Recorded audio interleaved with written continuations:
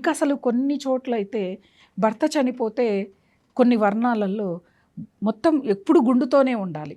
ఏకవస్త్రం 7 మీటర్ల చీరని ఏకవస్త్రంతోనే వాళ్ళు ఇలా తల మొత్తము కూడా కప్పుకొని ఇలా చెక్కుకొని తల దించుకొని వెళ్ళే సాంప్రదాయం. ఇవన్నీ మహిళల్ని అణగదొక్కడం కోసం కాదు, తప్పుగా అర్థం చేసుకున్నాం మనం అందరం. ఇది మహిళల్ని అణగదొక్కడం కాదు, మహిళల సంరక్షణ కోసం చేసినాయి. ఇప్పుడు ఓ మహిళ ఉద్యోగం చేస్తోంది, ఉద్యోగానికి వెళ్తోంది, తను భర్త లేడు, ఇవన్నీ అలంకరించుకొని వెళ్ళినప్పుడు బస్సులో వెళ్తేనో లేకపోతే ఆటోలో వెళ్తేనో లేకపోతే ఆఫీస్లో అవ్వచ్చు, ఎక్కడైనా అవ్వచ్చు, తన మీద మోజుపడి వాళ్ళ కోరిక తీర్చుకోవడం కోసం అమ్మాయిని ఏమైనా చేస్తారు. అదే అందంగా కనిపించకపోతే వెళ్ళరు కదా.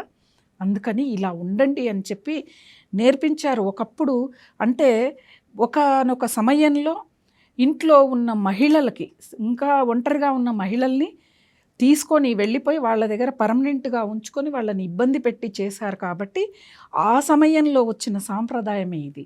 అంతేకాని ఇప్పుడు ఎవరికి తారతమ్యాలు మనకి తెలియట్లేదు. కాబట్టి శుభ్రంగా బొట్టు పెట్టుకోవచ్చమ్మా, కుంకుమ బొట్టు కూడా పెట్టుకోవచ్చు. మీరు కుంకుమ బొట్టు కూడా పెళ్ళికి ముందు పెట్టుకున్న వాళ్ళే కదా.